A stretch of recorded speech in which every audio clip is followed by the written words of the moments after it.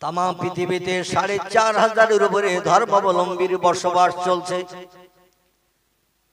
তাম পৃথিবীতে বর্তমান দেশের সংখ্যা ২৫৬টির মতো। এই ২৫৬ দেশের জনসংখ্যা ৮৫০ কোটির উপরে। এই ৮৫০ কোটি মানুষের ভিতরে ধর্মের সংখ্যা চলছে ৪৫০০-এর উপরে। প্রত্যেকটি ধর্মাবলম্বীদের একজন ধর্মীয় নেতা আছে না নাই? কম বেশি আমরা এই পশ্চিম বাংলার মানুষ কিছু ধর্মের নাম জানি এবং ধর্মীয় নেতারও নাম জানি। হিন্দু ভাইদের একজন ধর্মীয় নেতা আছে, নাম তার রামকৃষ্ণ পরমহংসদেব। বৌদ্ধদের একজন ধর্মীয় নেতা আছে, নাম তার গৌতম বুদ্ধ। ইহুদিদের একজন ধর্মীয় নেতা আছে, নাম তার মোজেস বা মুসা। খ্রিস্টানীদের একজন ধর্মীয় নেতা আছে, নাম তার ঈসা বা যিশু। শিখেদের একজন ধর্মীয় নেতা আছে, নাম তার মিস্টার গুরু নানক। আমাদের ধর্মীয় নেতা আছে না নাই? আছে। আমাদের ধর্মীয় নেতার নাম কে একটু গলা ছেড়ে বলুন। আমাদের ধর্মীয় নেতার নাম আসলে মনে এখানে নেই, মনে হচ্ছে খোকার মার্কার চলে গেছে, যার কারণে এত সুন্দর একটা প্রশ্ন রাখলাম আর সকলের মুখে প্রশ্নের উত্তর সবসময় বিড়বিড় করছে। ঠিক বললাম না ভুল বললাম? যে নেতার নাম আমাদের জবানে সবসময় বিড়বিড় করছে সেই নেতার নাম বলতো আমরা হাত রাখছি। কি নাম বলি? আল্লাহু আকবার। আল্লাহ বলছেন ওমা মুহাম্মাদুন ইল্লা রাসূলুন। মুহাম্মদ নামধারী একজন ব্যক্তিকে আমি রসুল করে, প্রফেট করে, মেসেঞ্জার করে, পথ প্রদর্শক করে, বার্তা বাহক হিসাবে দুনিয়ার শান্তি পরকালের মুক্তির দিশারি বানানোর জন্য একজন ব্যক্তিকে আমি সর্বশেষে পৃথিবীতে পাঠিয়েছি। অখাতামান নবিয়্যিন, আল্লাহ কোরআনে তথ্য কোট করেছেন তিনি হলেন পয়গম্বরদের শেষ, মহামানবদের শেষ, মেসেঞ্জারদের শেষ, পথ প্রদর্শকদের শেষ। কিয়ামত অবধি পশ্চিম দিকে সূর্য ওঠা পর্যন্ত আর কোন মহামানবের আবির্ভাব পৃথিবীতে হবে না। ইনি হলেন শেষ। নাম তার কোট করে দিলাম যাতে তোমাদের চিনতে, বুঝতে, মান্যতা দিতে সুবিধা হয়। ৩৫০০ মতান্তরে ৪৫০০ ধর্মাবলম্বীদের এই নেতাদের ভিতরে সেরা নেতাকে, আদর্শবান নেতাকে, এই পৃথিবীতে মহান মহাপুরুষ হিসাবে বিবেচিত কে? সব নেতাদের পাশে থাকতে হবে, তাদের ২-১ মাসের জীবনাতি ইতিহাস একটু নাড়াচাড়া করতে হবে, তাদের সঙ্গে ঘুরতে হবে, বসতে হবে, খেতে হবে, ঘুমাতে হবে, তারপর একটা নেতা কেমন চেনা যাবে। ঠিক বললাম না ভুল বললাম? ২ দিন ৫ দিন কারো পাশে থাকলে তার প্রকৃত আদর্শ কোনোদিন চেনা যাবে না। ঠিক কি না? এই জন্য আল্লাহ বললেন চিনতে তোমাদের জীবন শেষ হয়ে যাবে। ৪৫০০ ধর্মাবলম্বী নেতার ভিতরে কোন নেতাটা সেরা? কে শ্রেষ্ঠ মহামানব? কে সেরা আদর্শবান পুরুষ? এক এক করে যদি ২-১ মাস করে প্রত্যেক নেতার পিছনে সময় দাও, ৮৭ বছরে বুড়ো হয়ে মারা যাবে। সব নেতার আদর্শ তুমি দেখার সুযোগ পাবে না, জানার সুযোগ পাবে না, যাচাই করার সুযোগ পাবে না। এই জন্য তোমাদের যাতে কষ্ট পরিশ্রম করতে না হয়, সেরা নেতাকে চিনতে যাতে সুবিধা হয়, এই জন্য আমার সত্য কোরআন, ওই কোরআনে তার নাম কোট করে দিলাম। আল্লাহ কোরআনে রামকৃষ্ণ পরমহংসদেবের নাম লেখেনি, বুদ্ধদেবের নাম লেখেনি, গুরু নানকের নাম লেখেনি, মহাবীরের নাম লেখেনি, আচার্য কেশবচন্দ্রের নাম লেখেনি, যীশু খ্রিস্টের নাম লেখেনি, মোজেসের নাম লিখেনি। আমার বাইরে আল্লাহর নাম লিখে দিয়েছেন একজন ব্যক্তির, তার নাম হলো মুহাম্মাদুর রাসূলুল্লাহ। জোরে বলুন একটু সুবহানাল্লাহ। ও বিশ্ববাসী, আমি মুহাম্মদ নামধারী একজন ব্যক্তিকে রসুল করে, প্রফেট করে, মহামানব করে, মেসেঞ্জার করে, পথ প্রদর্শক হিসাবে, বার্তা বাহক হিসাবে শান্তির বার্তা তোমাদের কাছে পৌঁছে দেওয়ার জন্য একজন ব্যক্তিকে পৃথিবীতে পাঠালাম। আরবি ভাষায় আমার কোরআনে তার নাম কোট করে দিলাম মুহাম্মাদুর রাসূলুল্লাহ। জোরে বলুন একটু সুবহানাল্লাহ। আমার ভাইরা, স্যার রাধাকৃষ্ণ সর্বপল্লী বলছেন, we cannot deny that the conception of brotherhood in Islam transcends all barriers of race and nationality, a feather which does not character any other religions. জোরে বলুন একটু মারহাবা। ডক্টর রামনারায়ণ শাস্ত্রী বলছেন, I can assure them that Hindustan will become Islamistan in the near future. Make Hindustan into Islamistan is my message to the Indian Muslims. It is the key to the solution of all Indian ills. জোরে বলুন একটু মারহাবা। Doctor Manabendranath Roy বলছেন, learning from the Muslim Europe become the leader of modern civilization. ভারতের হিন্দু ভাইদের ঘরের কীর্তি সন্তান।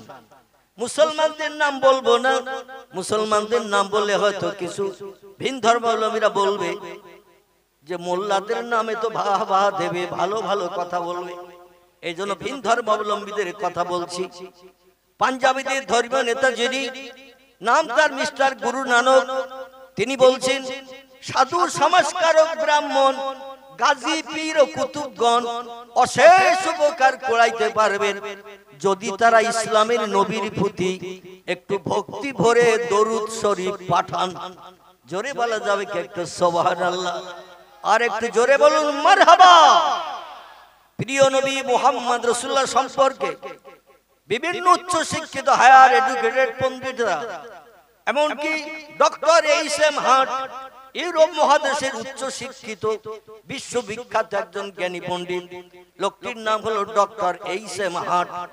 তিনি একটি বই লিখেছেন, বইটির নাম দিয়েছেন ইংরেজিতে, ইংরেজির নাম হলো দ্য 100। কি নাম বল? বইটির নাম হলো দ্য 100, মানে 100। এই 100 নামের একটা বই লিখেছেন তিনি। তাম পৃথিবীতে দামি দামি মানুষ যারা হাজার হাজার লক্ষাধিক মানুষের ভিতর থেকে ছাঁটাই করে বাছাই করে 100 জন মানুষের জীবনই তার ভিতরে লিপিবদ্ধ করেছেন বইটার নামের মর্যাদা রক্ষার জন্য। তা বইটির নাম দিয়েছেন 100। লেখকের নাম মাইকেল এইচ.এম. হার্ট। এই বইটি লিখে তিনি বললেন, 100 মানুষের জীবনে লিখে বইটা সম্পূর্ণ করব। এই বইয়ের ভিতরে ভালো ভালো মানুষের জীবনে লিখব, মানুষ পড়ে তাজ্জব হয়ে যাবে কোন ব্যক্তি পৃথিবীতে কেমন ছিল। এখন বই শুরু করার সময় ধন্দে পড়ে গেলেন ডক্টর এইচ.এম. হার্ট, যিশুর জীবনী প্রথম লিখব না আমি মোজেসের জীবনী প্রথম লিখব, না রামকৃষ্ণ পরমহংসদেবের জীবনী প্রথম লিখব, না মহাবীরের জীবনী প্রথম লিখব, আচার্য কেশবচন্দ্রের জীবনী প্রথম লিখব, না গুরু নানকের জীবনী দিয়ে প্রথম বই স্টার্ট করব। এই চিন্তা ভাবনা নিয়ে শুরু করলেন দাড়ি পাল্লায় এক একজনের জীবনী নিয়ে ওজন করা। যার পাওয়ার মর্যাদা সম্মান পৃথিবীতে অধিক, তার জীবনীটা দিয়ে প্রথম বইটা শুরু করলে বইয়ের মর্যাদা রক্ষা হবে, বইয়ের দাম রক্ষা হবে। এইভাবে প্রত্যেকটি ব্যক্তির জীবনী নিয়ে দাড়ি পাল্লায় ওজন করতে শুরু করলেন। ওজন করতে করতে একজন ব্যক্তির দাড়ি পাল্লার মণিকাটাটা সব থেকে বেশি ঝুঁকে গেল।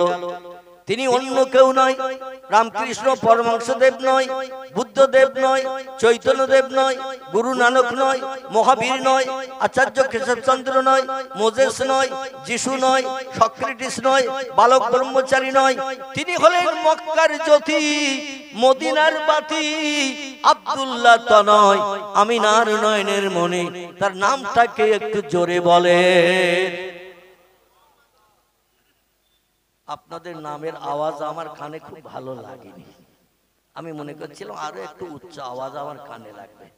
আচ্ছা, আজকে তাবারুক খারাপ আছে না ভালো আছে? হ্যাঁ, ভালো। তার তাবারুক যখন ভালো আছে, আওয়াজ তো সেই হিসেবে একটু ভালো হওয়া উচিত। নবীর নাম যদি বেহেশতের বাগানে আমরা বলতে কুণ্ঠাবোধ করি, কবরে পরীক্ষা গেছে বলবেন মান নবীও কা, এটা বলবে না, বলবে না। একটা মানুষ বলেন যে ওটা বলবে না, কবরে প্রশ্ন হবে কটা? 3টে মাত্র। কটা? কোন হাদিস শরীফে এসেছে 5টি, তো অধিকাংশ বর্ণনাকারীরা লিখেছেন 3টি প্রশ্ন হবে। প্রথম প্রশ্ন হবে তোমার রবকে, প্রভুকে। এই প্রশ্নটা হবে না?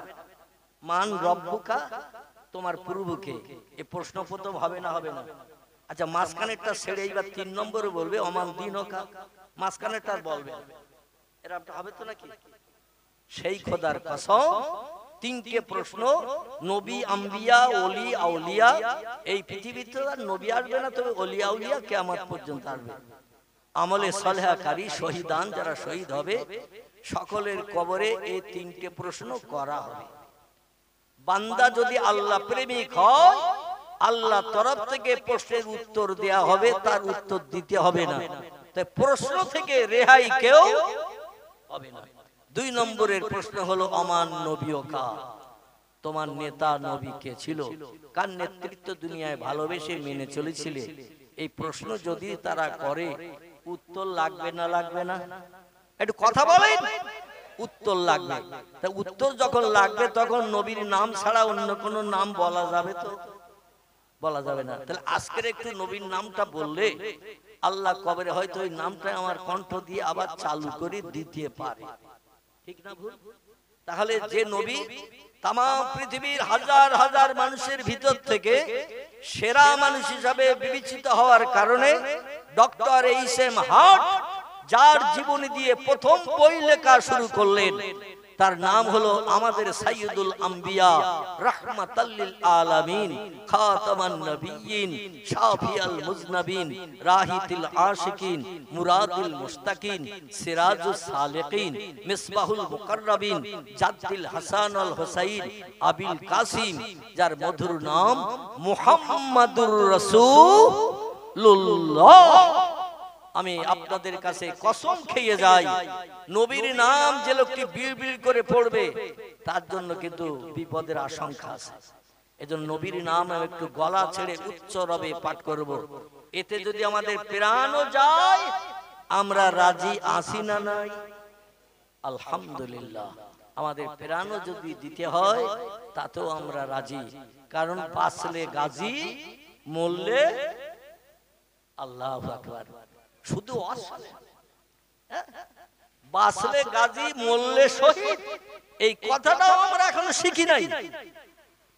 আল্লাহু আকবার।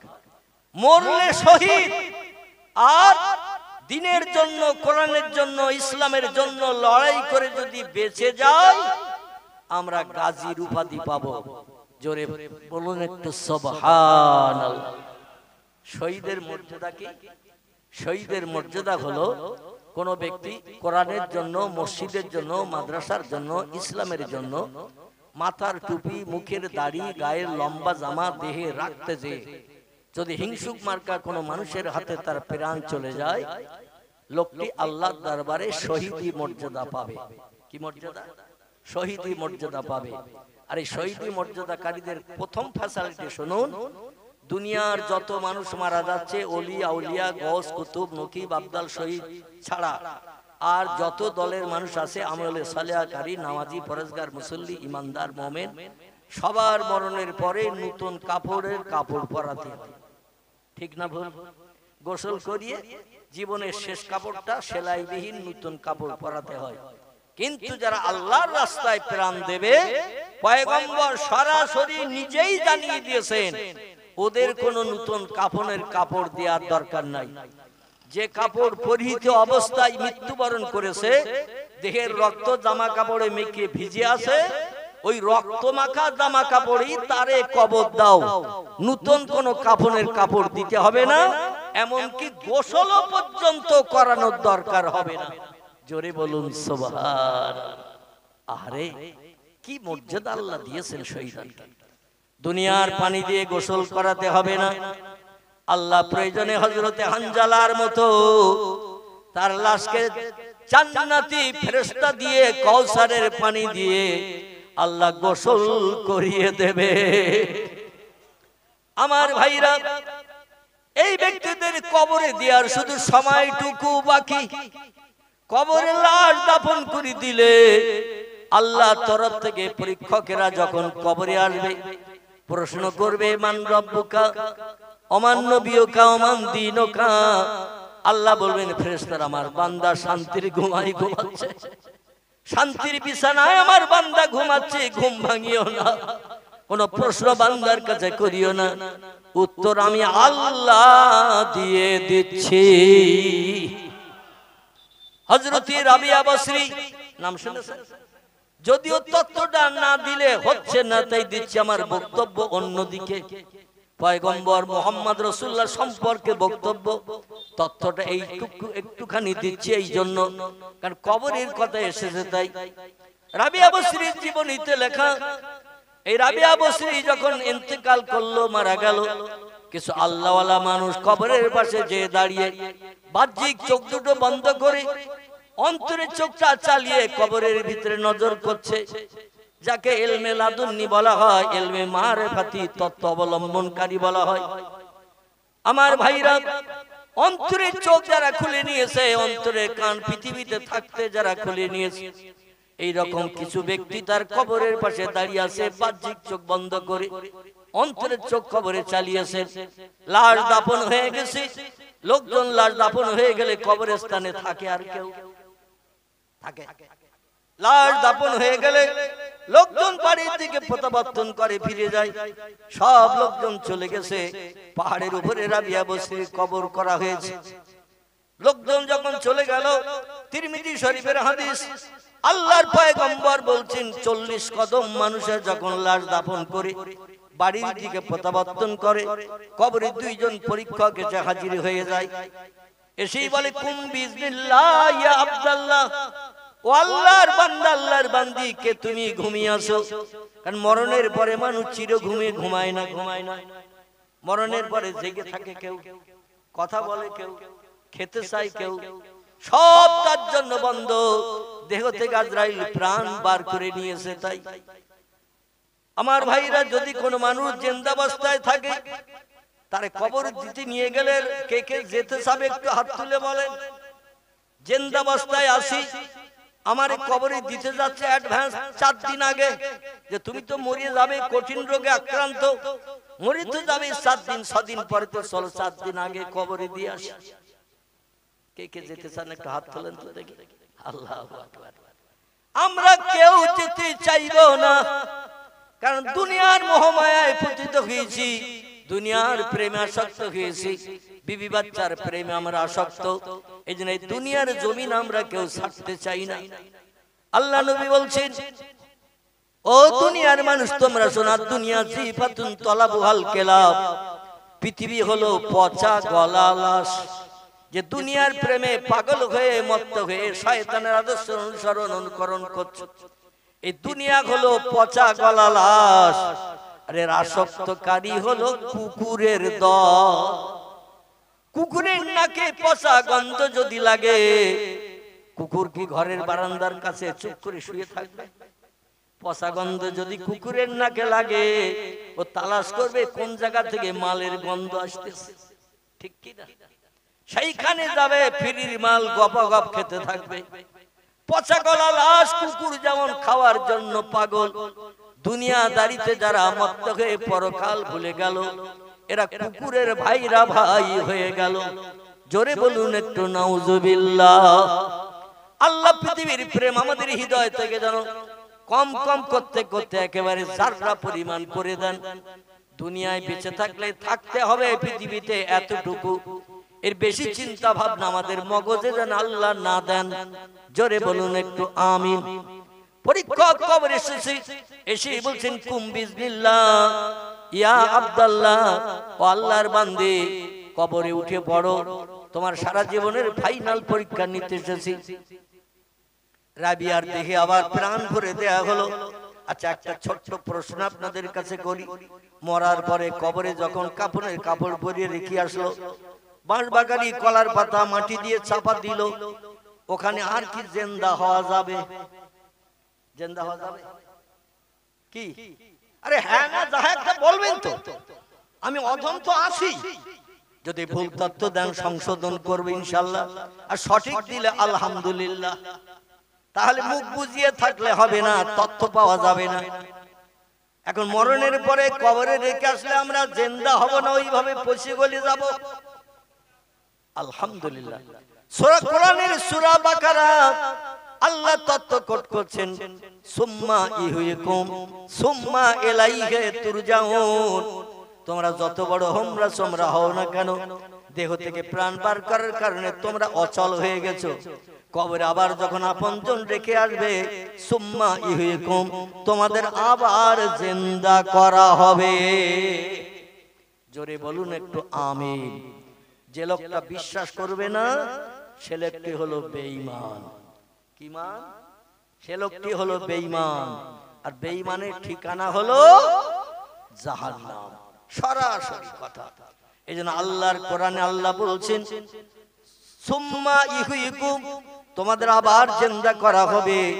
জিন্দা করা হয়ে সারা জীবনের ফাইনাল পরীক্ষা নেওয়া হবে। তিনটি প্রশ্ন উত্তর দিতে পারলে কিয়ামত পর্যন্ত শান্তিদাম জান্নাতের বাগানে থাকতে পারবে।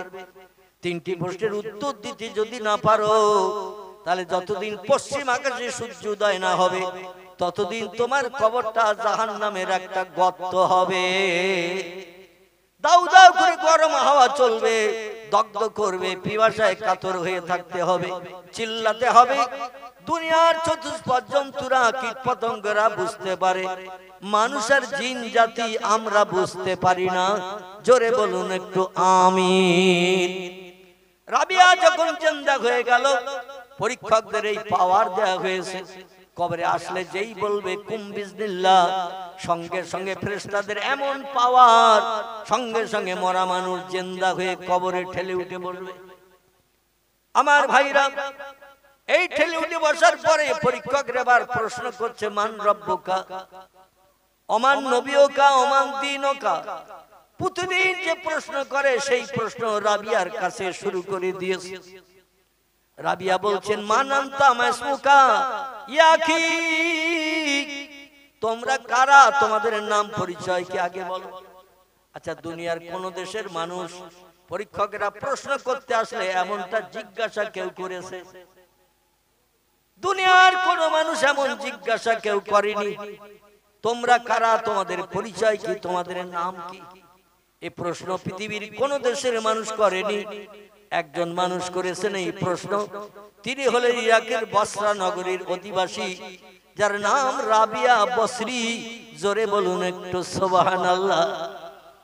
পরীক্ষকরা বলছে, এ আবার কি সর্বনাশ, আমরা এসেছি প্রশ্ন করতে, শিক্ষক পরীক্ষক, আর উনি হলেন পরীক্ষার্থী।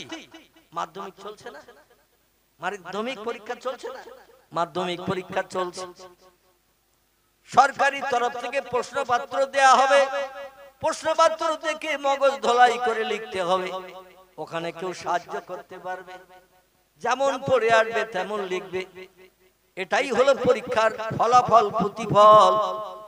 রাবিয়া উল্টো প্রশ্ন করছেন, আমি প্রশ্নের তোমাদের উত্তর পরে দেব, আগে আমার প্রশ্নের উত্তর দাও, তোমরা কারা, তোমাদের নাম পরিচয় কি। ওরা বলছেন, নাহনু মালাইকা, আমরা আল্লাহর ফেরেশতা। বলে, মা ইসমুকি, নাম কি বলো। বলে, ইসমি মুনকির ইসমি নকির। আমাদের দুইজনের নাম, একজনের নাম মুনকির, একজনের নাম নকির।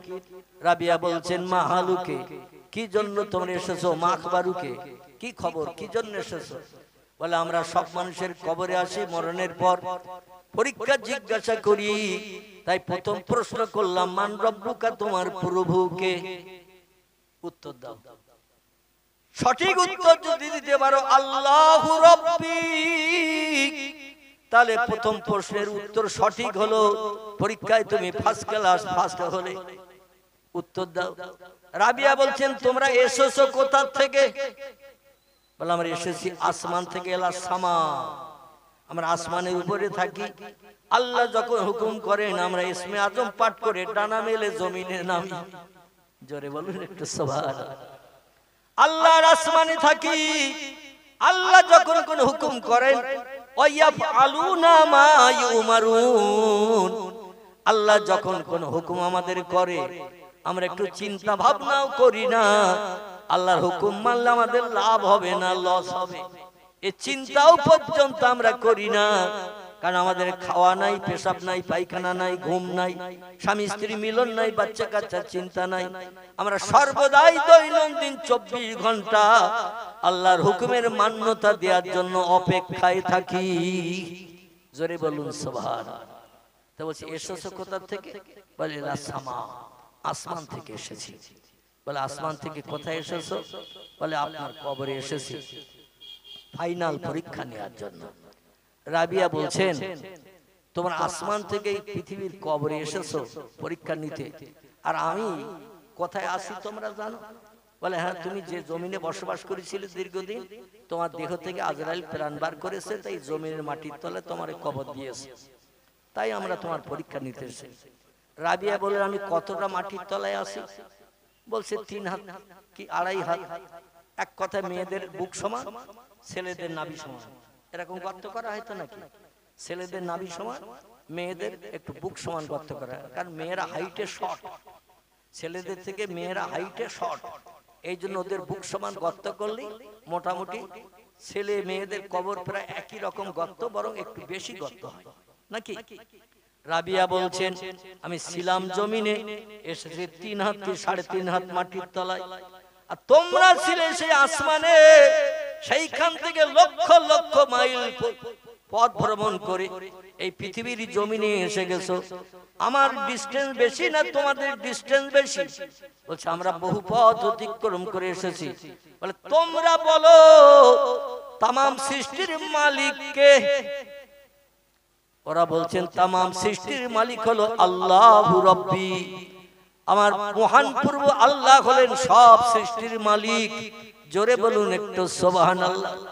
রাবিয়া বলছে এত দূরের পথ অতিক্রম করে এসেছো, তোমরা মালিকের নাম এখনো ভুলনি, আর আমি কেবল 3.5 হাত মাটির তলায় জমিন থেকে এসেছি, আমি কি আল্লাহর নাম ভুলে গেছি নাকি? প্রশ্ন বুঝেছেন? বলছে আমি এই 3 হাত মাটির তলায় ঢুকলাম, এইটুকু পথ অতিক্রম করলাম, এতেই কি আমি আল্লাহর নাম ভুলে গেছি? এ ফেরেশতারা তোমরা একটু ডানা মেলে ইসমে আজম পাঠ করে উড়ে যাও। আমি উত্তর দিলে উত্তর আল্লাহর কাছে গ্রহণীয় হবে কিনা জানি না, বরং আমি আল্লাহর কাছ থেকে একটু শুনে এসো। জোরে বলা যাবে না একটু সুবহানাল্লাহ? আমি আল্লাহর কে আমার কাছে জিজ্ঞাসাবাদ না করে আল্লাহর কাছে একটু শুনে এসো, আল্লাহর কোন আপনজন আমি আছি। ফেরেশতারা বলে তো সাংঘাতিক প্রশ্ন, আল্লাহর কাছে জানতে হবে না? বলে না, তাহলে আমার আর উত্তর দিতে হবে না, আল্লাহই উত্তরটা সঠিক দিয়ে দেবে। জোরে বলুন সুবহানাল্লাহ। আল্লাহর সঙ্গে একত্বতা, প্রেম, মহব্বত, ভালোবাসা রাবিয়ার কত গাঢ়তর থাকার কারণে উনি বললেন যে মালিকের নাম শুনতে এসেছো, আমার কাছে মালিকের নাম না শুনে মালিকের কাছে যে জিজ্ঞাসা করো আমি মালিকের কে। জোরে বলুন একটু সুবহানাল্লাহ। ফেরেশতারা বলছে যুক্তিটা খারাপ না, এখানে আর কথা বলা সম্ভব হবে না, চল ইযহাব, বেরিয়ে চল। মাহবুদের দরবারে আমরা জিজ্ঞাসা করি যে বান্দির কবরে পাঠিয়েছো, বান্দি উল্টো প্রশ্ন ছুড়ে দিয়েছে। এখন আল্লাহ ওই বান্দিটার আপনি চেনেন নাকি? বান্দি এইরকম একটা জিজ্ঞাসা করেছে আমাদের। ফেরেশতারা ইসমে আজম পাঠ করে ডানা মেলে উড়ে গেলেন। আমার ভাইরা সিদরাতুল মুনতাহা পর্যন্ত যে ওখান থেকে টেলিফোন করলেন, আওয়াজ করলেন, ইলহাম করলেন, মাহবুদ রে এরকম বান্দির পাল্লায় জীবনে পড়িনি। প্রশ্ন করি কেউ উত্তর দিতে পারে, কেউ বা দেয় না, গ্যাংড়াতে থাকে, কিন্তু এই বান্দি এমন চটপটে বান্দি আমাদের প্রশ্ন করার আগে প্রশ্ন ছুড়ে দেয়, যাতে আমাদের প্রশ্নের উত্তর দেওয়ার দরকার না হয়।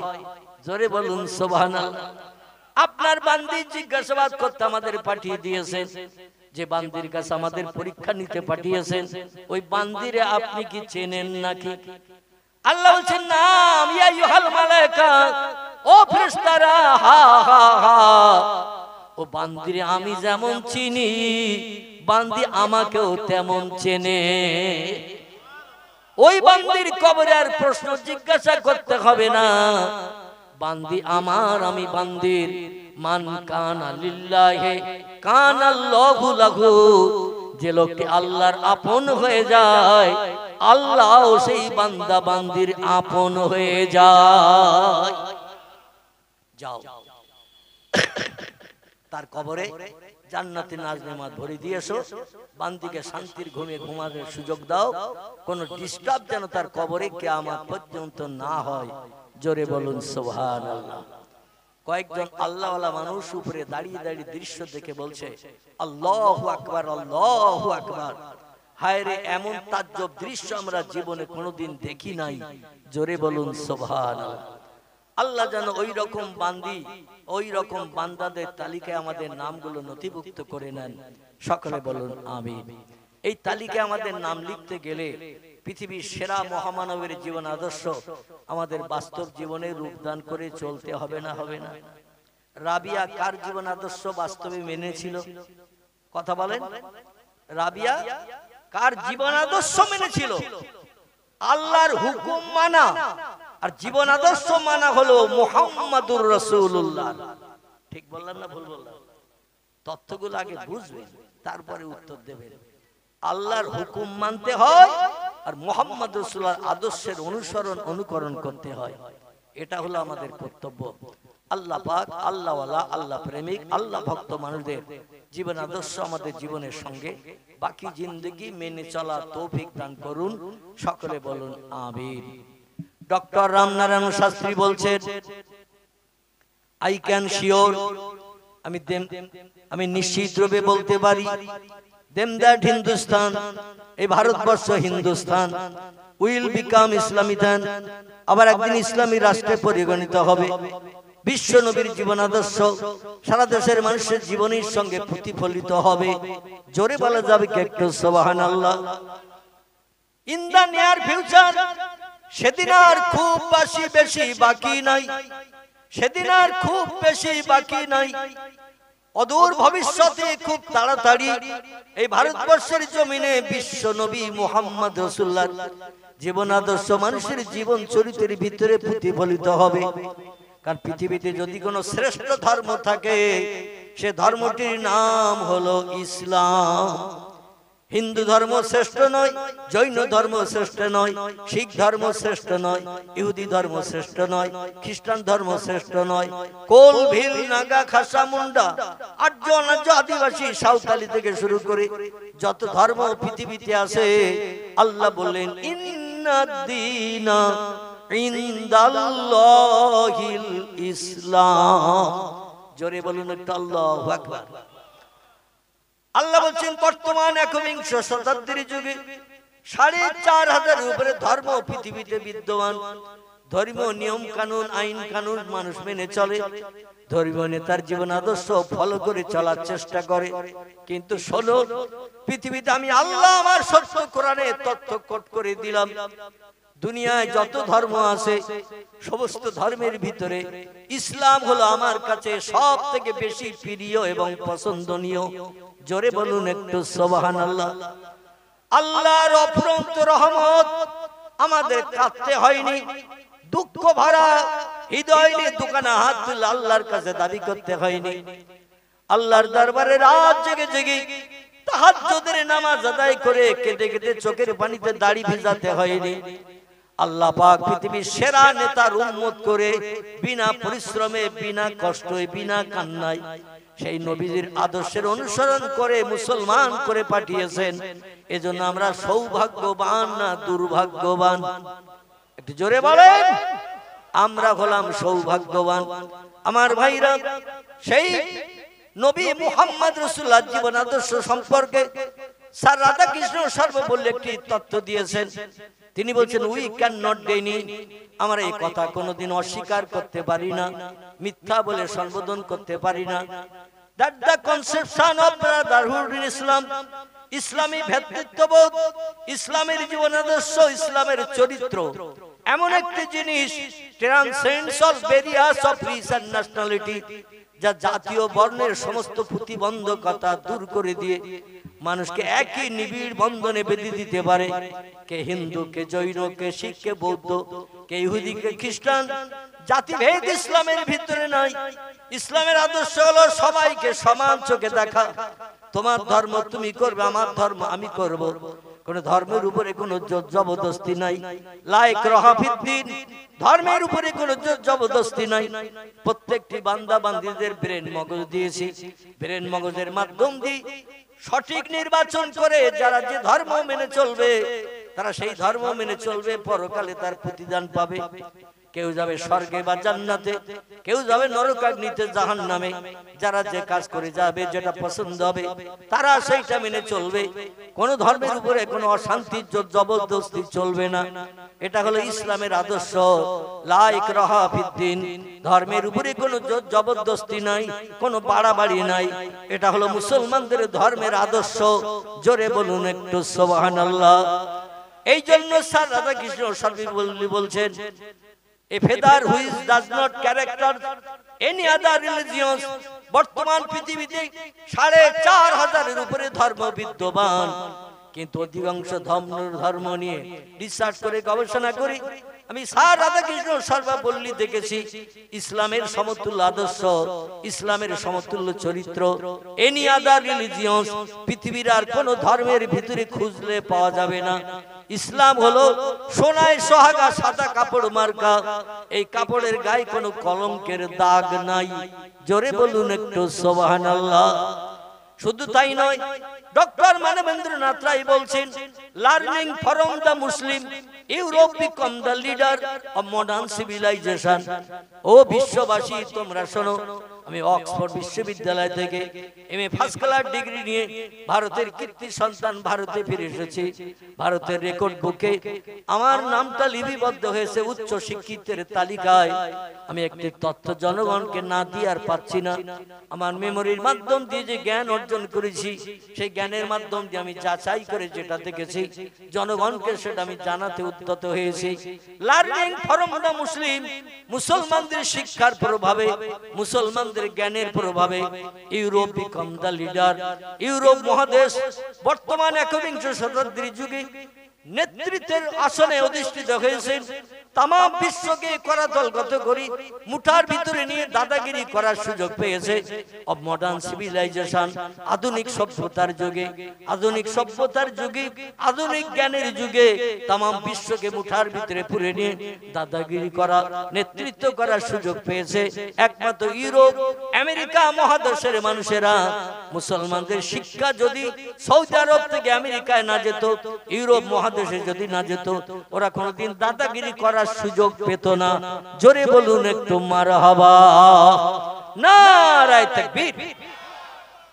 উনি বললেন মুসলমানদের শিক্ষা ইউরোপ মহাদেশ আসার কারণে শিল্প বিপ্লব তৈরি হয়েছে, মিল কলকারখানা তৈরি হয়েছে, যন্ত্রপাতির পাঠশালা বানানোর সুযোগ হয়েছে।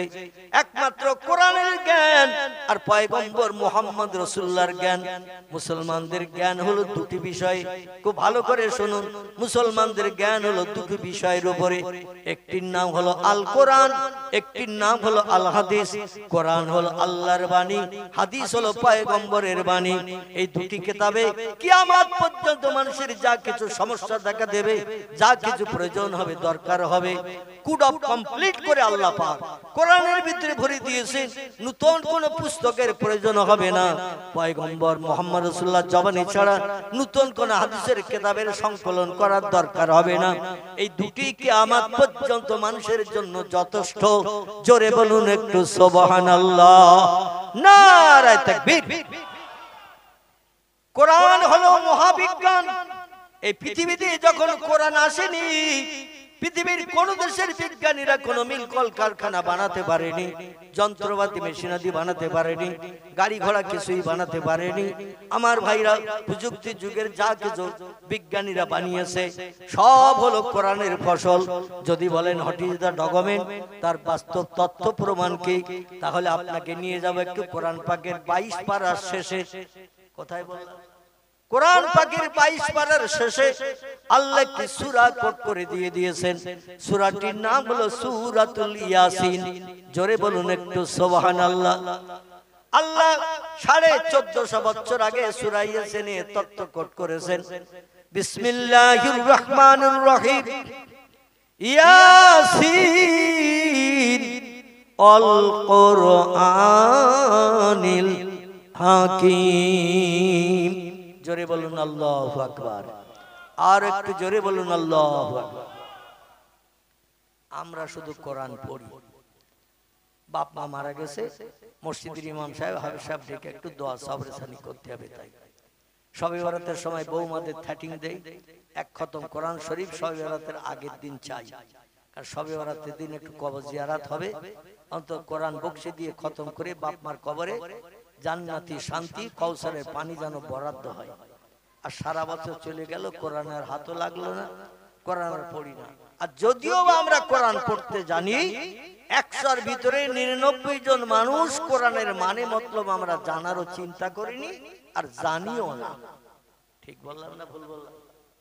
আমরা জানিও না আর জানারও চিন্তা ভাবনা করি নাই।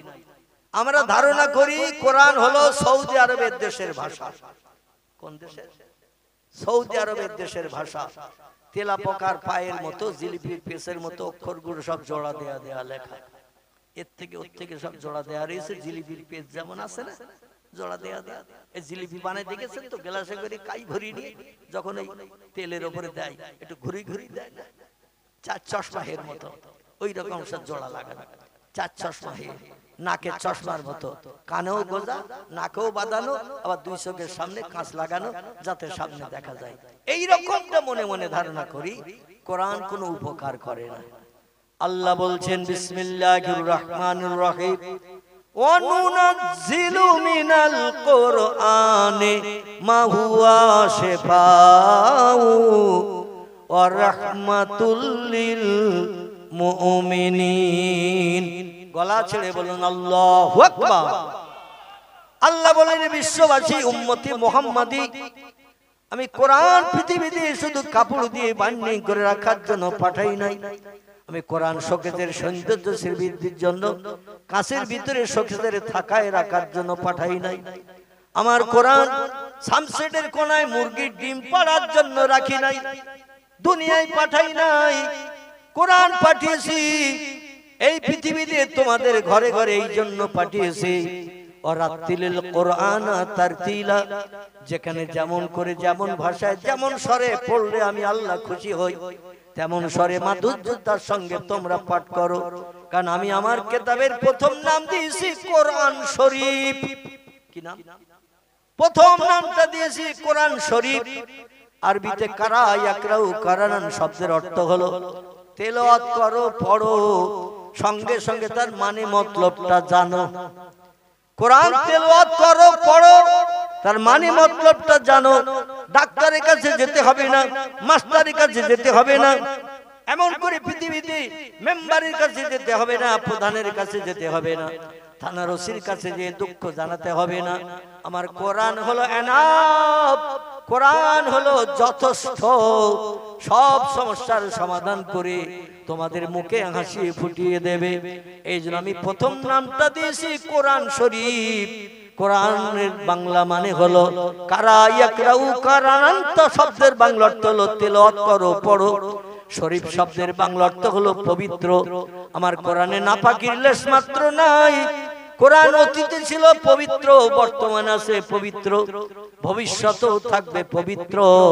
এই পবিত্র কোরআন যত তিলাওয়াত করবে, কোরআনের মালিকের সঙ্গে তোমাদের গাঢ়তর সম্পর্ক তৈরি হবে। আর সব সমস্যার সমাধান কোরআনের মালিক তোমাদের করে দিয়ে মুখে হাসি ফুটাবে। এমনকি কঠিন রোগের ঔষধ যেটা বিজ্ঞানীরাও পৃথিবীতে এখনো বানাতে পারেনি, আল্লাহ বলছেন আমার কোরআনে সে রোগের ঔষধ ভরে দিয়েছি। জোরে বলুন একটু সুবহানাল্লাহ। মা হুয়া শিফাউন, সব রোগের ঔষধ আমি কোরআনে ভরে দিয়েছি। একটু রিসার্চ করো, গবেষণা করো, তেলাওয়াত করো, পড়ো, দুনিয়ার সব রোগের ঔষধ পাওয়া যাবে। যে ঔষধ ভবিষ্যতে দুনিয়ার কোন বিজ্ঞানের আন্ডা বাচ্চাও বানাতে শিখবে না। আমার কোরআন সব সমস্যার সমাধান নিয়ে তোমাদের ঘরে আগাম পৌঁছে গেছে। জোরে বলুন একটু সুবহানাল্লাহ। এই জন্য কোরআনে সূরা ইয়াসিন আমি তথ্য কোট করে দিয়েছি। ইয়াসিন ইয়াসিন, আমার মোহাব্বতের ইয়াসিন, বিশ্ব নবীর গুণবাচক নাম। আল্লাহ বলেন আমার মোহাব্বতের ইয়াসিন আপনি শুনে নিন, আপনার উম্মতদের জানিয়ে দিন। আল কোরআনিল হাকীম, আমার কোরআন হলো মহাবিজ্ঞান, বিজ্ঞানের বাবা হলো আমার কোরআন। কিয়ামত পর্যন্ত মানুষ চেষ্টা চালালে আমার কোরআনের উপরে যেতে পারবে না।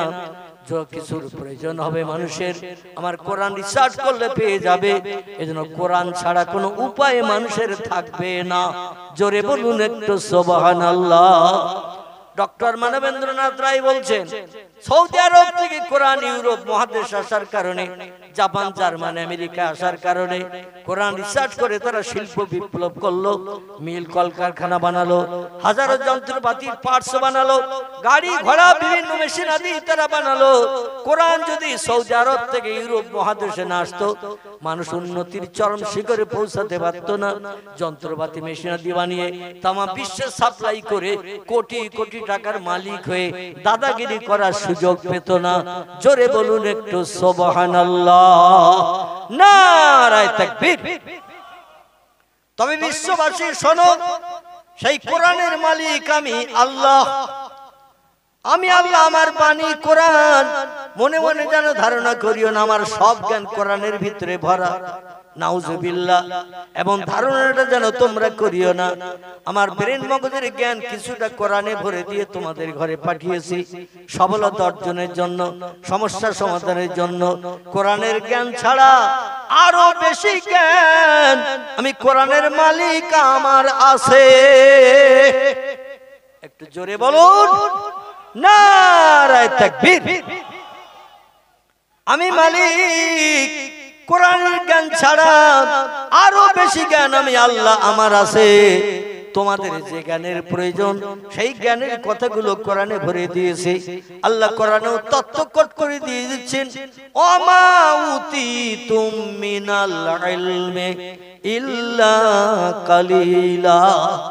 ও বিশ্ববাসী তোমরা শুনে নাও, রিসার্চ করে গবেষণা করে যত মিল কলকারখানা বানিয়েছো, যন্ত্রপাতি বানিয়েছো, পাটসাদি বানিয়েছো, গাড়ি বাড়ি বানিয়েছো, এমন করে এরোপ্লেন বানিয়েছো, রকেট বানিয়েছো, স্কুটর বানিয়েছো, হেলিকপ্টার বানিয়েছো, পাতাল রেল বানিয়েছো, সাগরের পানিতে চলার জন্য জলজাহাজ বানিয়েছো, যা কিছু বানিয়েছো সব আমার কোরআনের ফসল। আর যে জ্ঞানের মাধ্যম দিয়ে এগুলো তোমরা বানিয়েছো, এই জ্ঞান কিন্তু শেষ নয়। ওমা উতিতুম মিনাল ইলমি, তোমাদের মগজে যে জ্ঞান দিয়েছি, ইল্লা কালিলা, আমি আল্লাহ আমার জ্ঞানের কাছে তোমাদের জ্ঞান সামান্যতম। জোরে বলুন একটু সুবহানাল্লাহ। বেশি জ্ঞান আমি দিই নাই, বেশি জ্ঞান তোমাদের দিই নাই, সামান্য একটুখানি জ্ঞান দিয়েছি। ওই জ্ঞান নিয়ে তোমরা বাড়িয়ে চাড়িয়ে যাচাই করে, বাড়িয়ে চাড়িয়ে রিসার্চ করে গবেষণা করে অনেক কিছু বানিয়েছো, কিন্তু এরপরও বাড়তি জ্ঞান আমি আল্লাহ আমার হাতে আছে। এটা বিশ্বাস করেন তো? এই বিশ্বাস করেন তো নাকি? আল্লাহ বলছেন এর চেয়েও বেশি জ্ঞান আমি আল্লাহ আমার হাতে আছে। তাফসীরে বিজিলালিল কোরআন নামক একটি তাফসীরের কিতাব, লেখকের নাম আল্লামা কুতুব রাহমাতুল্লাহ আলাইহি, তিনি তাফসীরের কিতাবে লিপিবদ্ধ করেছেন, ও দুনিয়ার মানুষেরা তোমরা শোনো, আল্লাহ পাক রব্বুল আলামিন সব থেকে জ্ঞানের অধিক জ্ঞান এই পৃথিবীতে আসমান জমিনে চন্দ্র সূর্য গ্রহ নক্ষত্র সাগর সলিল পাহাড় পর্বত ফেরেশতাকুল থেকে শুরু করে জিন ইনসান কীট পতঙ্গ জান্নাতের হুর গেলেমান থেকে শুরু করে তাফসীর কারকেরা তাফসীরে লিখেছেন সব থেকে শ্রেষ্ঠ জ্ঞান হলো আল্লাহ সুবহানাহু তাআলা। জোরে বলুন একটু সুবহানাল্লাহ। সব থেকে সেরা জ্ঞানী কে? কথা বলে। সব থেকে সেরা জ্ঞানী হলেন আল্লাহ সুবহানাহু তাআলা। আল্লাহর উপরে জ্ঞান আর কারো আছে? কেমন আল্লাহর উপরে জ্ঞান কারো নাই? আমি পরবর্তীতে তত্ত্ব দিলে মগজ সাফ হবে ইনশাআল্লাহ। আমার ভাইরা, তবে প্রথম তত্ত্বটি শুনে নিন। তাফসীর কারকেরা লিখেছেন সব থেকে সেরা জ্ঞানী হলো আল্লাহ। আল্লাহর উপরে জ্ঞানী আর কেউ নাই। আল্লাহর পরের স্টেজের জ্ঞান এই তামাম পৃথিবীতে একদল মানুষের আছে, তারা হলো নবী আম্বিয়ার দল। কি নাম বললাম? খুব ভালো করে মুখস্থ করেন। সব থেকে সেরা জ্ঞানী হলেন আল্লাহ। 2 নম্বরে আল্লাহর পরের জ্ঞানী হলেন নবী আম্বিয়ার দলেরা। 3 নম্বরের জ্ঞানী হলো নবীদের সঙ্গী সাথী যারা ছিল, যাদের আরবি ভাষায় বলা হয় সাহাবীরা। কি বলা হয়? সাহাবীরা। 3 নম্বরের জ্ঞানী হলো সাহাবীরা। 4 নম্বরের জ্ঞানী হলো ইমাম সাহেবেরা, যারা কোরআন হাদিস রিসার্চ করে নিত্য নতুন ফতোয়া পুস্তকের পৃষ্ঠা লিপিবদ্ধ করে দিয়েছেন, মানুষ যাতে সোজা সড়ক রাস্তায় চলতে সুবিধা পায়। এরা হলো ইমামের দল। লক্ষ লক্ষ হাদিস যাদের মেমোরিতে জমা, পূর্ণ কোরআন যাদের মেমোরিতে জমা, এই কোরআন হাদিস রিসার্চ করে লক্ষ লক্ষ ফতোয়া লিপিবদ্ধ করেছেন যারা, এরা হলো ইমামের দল। এদের জ্ঞান হলো সাহাবীদের পরের স্টেজ। ইমামদের পরের স্টেজের দল হলো ওলি আউলিয়ারা। কারা বলো? ইমামের পরের দলের জ্ঞানী হলো ওলি আউলিয়ার দল। ওলি আউলিয়াদের পরের স্টেজের জ্ঞানী হলো আলেম ওলামার দল। কোরআন হাদিস রিসার্চ করে যারা জ্ঞান অর্জন করেছে, পূর্ণ কোরআন হাদিসের জ্ঞান যদি কোন আলেমের মগজে থাকে, সেই খোদার কসম কোন সমস্যার সমাধানের জন্য কারো কাছে যে ভিক্ষুকের মতো হাত পাতার দরকার থাকবে না, নিজেই এনাফ, যথেষ্ট। জোরে বলুন একটু সুবহানাল্লাহ। তাহলে বোঝা গেল স্টেজ। প্রথম জ্ঞানী হলেন আল্লাহ সুবহানাহু ওয়া তাআলা। আল্লাহর উপরে জ্ঞান আর কারো নাই। 2 নম্বরে স্টেজ হলো নবী আম্বিয়ার দল। এই পৃথিবীতে নবীর উপরে জ্ঞানী আর কেউ নাই। নবীর পরের স্টেজ হলো সাহাবায়ে কেরামদের দল। নবীদের কাছ থেকে সরাসরি তথ্য শুনে মগজগুলো সাফ করেছে যারা, এরা হলো সাহাবাদের দল। সাহাবাদের পরের স্টেজ হলো ইমাম সাহেবের দল। ফি আয়াতিন উখরা ইয়াসিন আল কুরআনিল হাকীম ইন্নাকা লামিনাল মুরসালিন আলা সিরাতিম মুস্তাকিম। وقال الله تعالى في آية أخرى والشمس والقمر بحسبان والنجم والشجر يسجدان وقال الله تعالى في آية أخرى رب المشرقين ورب المغربين فبأي آلاء ربكما তুকাজ্জিবান। সকলে গলা ছেড়ে উচ্চ রবে প্রাণ খুলে আওয়াজ তুলে বলুন আল্লাহু আকবার। হয়নি বাচ্চারা, তোমরা একটু আওয়াজ তোলো। তোমাদের তো এখনো টেস্টিস হয়নি, মান সম্মান যাবে না, তোমাদের আত্মসম্মানে বাধাও লাগবে না। যাদের বয়স 30-40-এর কোটা পেরিয়ে গেছে, আমি হাজার বললেও তাদের কণ্ঠের আওয়াজ অধমের কান পর্যন্ত আসবে না। তোমরা যখন বড় হবে তখন আর বলতে হবে না। এখন ছোট আছো, কেউ ফাঁকি দেবে না। তোমরা যদি আওয়াজ তোলো, চাচা দাদারা চুপ করে বসে থাকতে পারবে না, তারাও একটু অন্তত ঠোঁট নাড়বে। ঠিক না ভুল? আর ঠোঁট যদি চাচা দাদারা নাড়ে আল্লাহর নামের আওয়াজ তুলতে, তাহলে আওয়াজ আরো একটু বাড়বে না বাড়বে না? বাড়বে।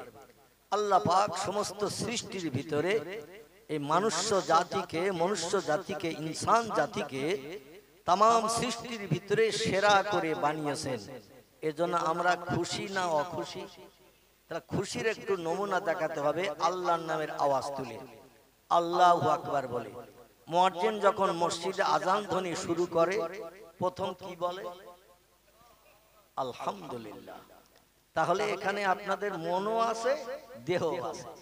আর যাদের দেহ রয়েছে এখানে, মন রয়েছে বাড়ির গোশের হাঁড়িতে, তারা কিন্তু আমার কথার প্রত্যুত্তর সঠিক দিতে পারবে না। আমি বলবো নেতাজি, তারা শুনবে পেঁয়াজি। আমি বলবো জ্যোতি বোস, তারা শুনবে তক্ত বোস। মানে বলবো একরকম, শুনবে আর একরকম। যাদের মন আর দেহ এখানে থাকবে, সঠিক তথ্য শ্রোতার মুখ দিয়েও বার হবে, বক্তার মুখ দিয়েও বার হবে। ঠিক বললাম না ভুল বললাম? তাহলে যে আল্লাহর সমস্ত সৃষ্টির ভিতরে বাঘ, ভল্লুক, হাতি, সিংহ, গন্ডার, ইঁদুর, কুকুর, বিড়াল, সাপ, বিচ্ছু, ব্যাঙ, মাছি, মশা, পিপলিকা, কীটপতঙ্গ, জীবজন্তু যা কিছু বানিয়েছেন, সব সৃষ্টির ভিতরে সেরা কারা? সেরা মানুষ তো বটে, বরং বলুন আমরা। ঠিক না ভুল? আমরা তো সেই মনুষ্য জাতি। আমরা তো আমরা যখন সৃষ্টির সেরা হয়েছি, আমরা গরুর মতো কি হুম্বা করব? ছাগলের মতো প্যাপা করব? বিড়ালের মতো ম্যাও ম্যাও করব? করব? তাহলে সৃষ্টির শ্রেষ্ঠ হতে পারবো? আমরা সৃষ্টির শ্রেষ্ঠ হতে পারবো না। পৃথিবীতে এই মানুষ ছাড়া যত সৃষ্টি আছে, এই আল্লাহু আকবার ধ্বনি এত সুন্দর আর কোন সৃষ্টি বলতে পারে? কেউ পারে না। তাহলে আল্লাহ যখন সৃষ্টি শ্রেষ্ঠ আমাদের করেছেন, শ্রেষ্ঠত্বের মর্যাদা এই মজলিসে আমরা বসে দেব। রাজি আছেন তো?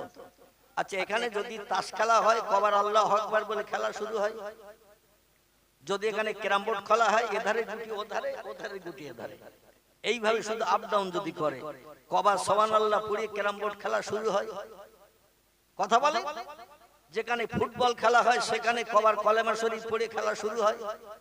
যেখানে ক্রিকেট খেলা হয় কবার সেখানে আলহামদুলিল্লাহ বলে খেলা শুরু হয়?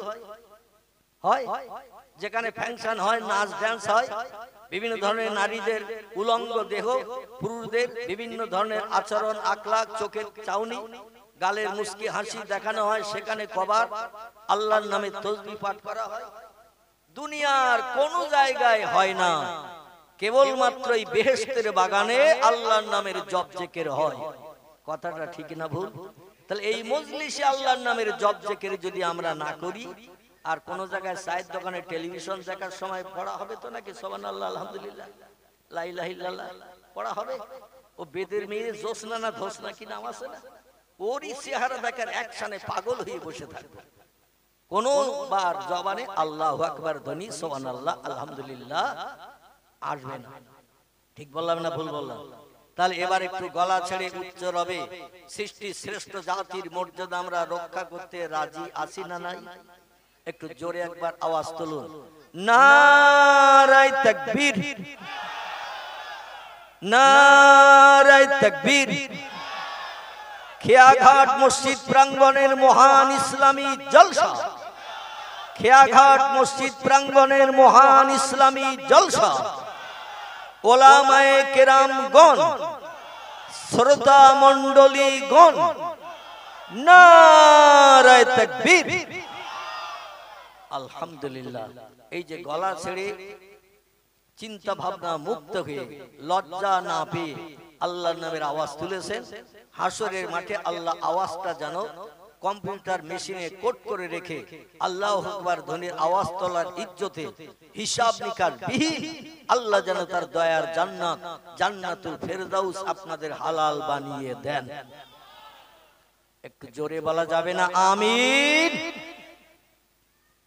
وقال النبي صلى الله عليه وسلم من كان لله كان الله له كما قال عليه الصلاة والسلام وقال النبي صلى الله عليه وسلم بادروا بالأعمال فتنا كقطع الليل مظلم ويصبح الرجل مؤمنا ويمسي كافرا ويمسي مؤمنا ويصبح كافرا ويبيع دينه بعرض من الدنيا رواه مسلم। গলা ছেড়ে উচ্চ রবে চিল্লিয়ে আরেকটা বার বলুন আল্লাহু আকবার।